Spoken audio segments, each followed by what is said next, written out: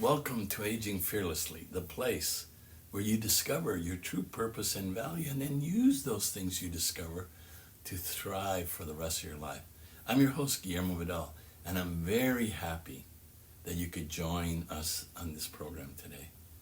I've been reading a lot lately about the rising rate of suicide in our society. Did you know that from 2000 to 2021, suicide rates have increased a whopping 36%, with a big chunk of that increase coming after the pandemic? Now, I wanted to offer some thoughts on this subject because it is a well-documented fact that rise in depression leads to suicide. And because in my mid-30s I suffer from a bout of severe depression that lasted for 3 years, I believe I can offer some constructive advice to those who are living at such a high level of despondency and desperation that they are tempted by the thought that suicide would be an easy way to put an end to their emotional and spiritual suffering. Now, my first piece of advice is this: if you're feeling despondent, out of control, and thoughts of suicide permeate regularly into your conscious thinking, then seek out professional help. There's no shame in that. You're endangering your life by not giving this situation the best attention possible. But even if you're needing therapy, there are other things you can do to help your situation. And that is what I'm hoping to bring to your consciousness as the mental illusions that can dominate your thoughts when you're depressed. Now, I think it's safe to say that for most of us, depression is triggered by a serious life event that shakes the foundation of our lives.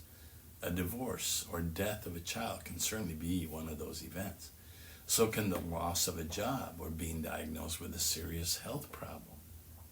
You know the kind of event that I'm talking about. They're the ones that leave you feeling like life's 18-wheeler ran over you and left you lying in the middle of the road like roadkill. Now, sorry for the graphic description here, but I'm just trying to make vivid those feelings we all experience when something happens that takes from us the things we believed were permanent in our lives and help support the very core or who we thought we were at that moment. Suddenly what was certain seems to have disappeared, and this has left you lost and as though your heart has been ripped out of your chest. So what are these mind illusions that serve as warning signs of oncoming depression? Number one, blaming yourself. In this illusion, you live in a world where you believe you triggered this unfortunate event and fear that you messed up so bad that the situation is irreparably broken. In this illusion, you spend most of your conscious time analyzing over and over the things you think you could have done differently to avert the situation. You spend sleepless nights thinking about the past and reliving a fantasy scenario that would have kept life normal had you done the one thing or the other that you think you should have done. You beat yourself up for being stupid, naive, selfish, etc. And you think you live a miserable life because of what you have done. Now, over time, fatigue and depression will set in. Number two, you're feeling worthless. This illusion is founded on the false belief that you can never be happy without the things that you have just lost. You keep creating scenarios in your mind where you live miserably for decades, and you begin to doubt whether or not you can actually make it without these things. In alone times, you often turn to God to bargain with him on things you would trade in order to have those things you lost back. Eventually, the fact that you know these things will not come back to you will allow fatigue and depression to set in. Number three, you're angry at the world. This illusion has you seething with anger over your loss.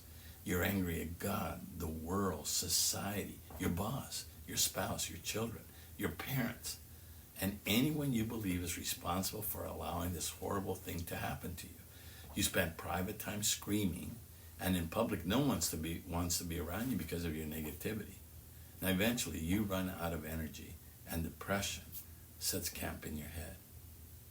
Number four, nothing gives you joy anymore. This illusion has you convinced that everything that made your life worth living is now gone.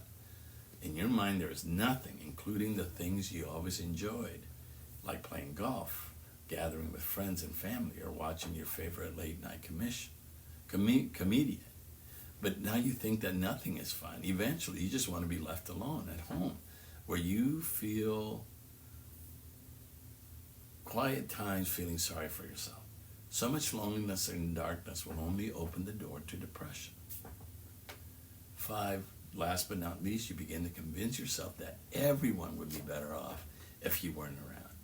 By the time you graduate to this illusion, you have spent some time feeling lonely, angry, joyless, and worthless. This illusion will try to convince you that this is a permanent state you are in that will never change. And this last illusion is the most dangerous one because it can lead you to suicide. So why do I call these illusions?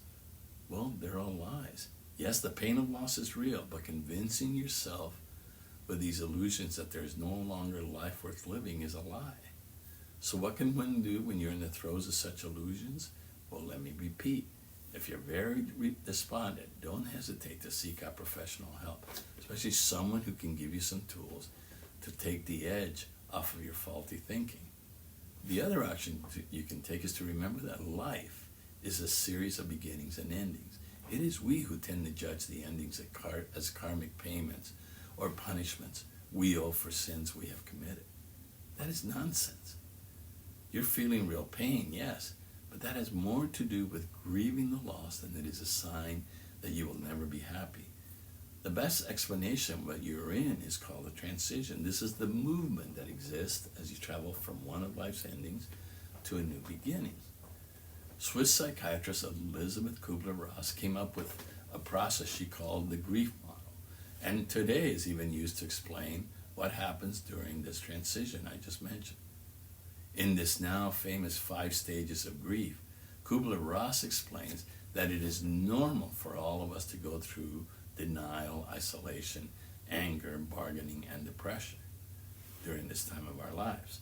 We may even recycle through these 5 stages several times before we're ready to move on. Now, these 5 illusions I referenced earlier in this program are representative of these 5 stages. And knowing that they are common elements of the human existence when we experience loss can help reduce their effect when you're living in the middle of their curse. Now, knowing this, can you see how ending your life would be a needless interruption of a necessary spiritual and emotional human process? I hope you can see this as a needless interruption. But what is also helpful is to know that there are 2 other stages that will follow these initial 5 stages. They're called acceptance and resurrection. And yes, these stages are real. There will be a point that you will come to accept what has happened. And then acceptance will help you realize that this was an important event in your development. Resurrection is a new you. In redemption, you'll see how the pain you have endured during this transition from ending to new beginning has made you better, stronger, more capable, and a more joyful person.